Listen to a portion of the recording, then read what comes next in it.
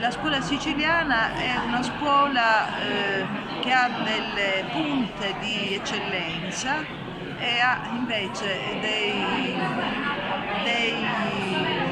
punti di criticità altrettanto forti. Il mio ufficio si è occupato particolarmente dei secondi, cioè dei punti di criticità, cercando di risolverli o quantomeno ridurli.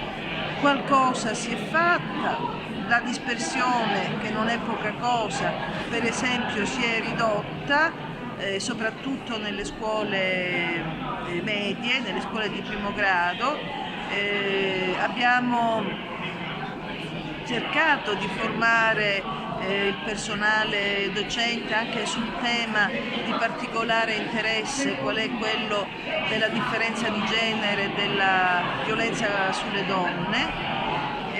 Abbiamo costituito 10 CIPIA, che sono i nuovi istituti per l'istruzione degli adulti, con successo, perché abbiamo contribuito anche noi a immaginare la struttura di questi edifici. Abbiamo fatto molti istituti, abbiamo fatto molte esperienze di alternanza scuola-lavoro.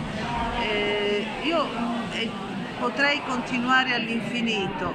Io tutto sommato sono soddisfatta. Non sono stati anni di ozio, di inerzia, di inattività, ma sono stati anni fecondi, ricchi, con tutte le difficoltà che c'erano e che magari rimangono, però credo che abbiamo dato un contributo, il massimo che potevamo.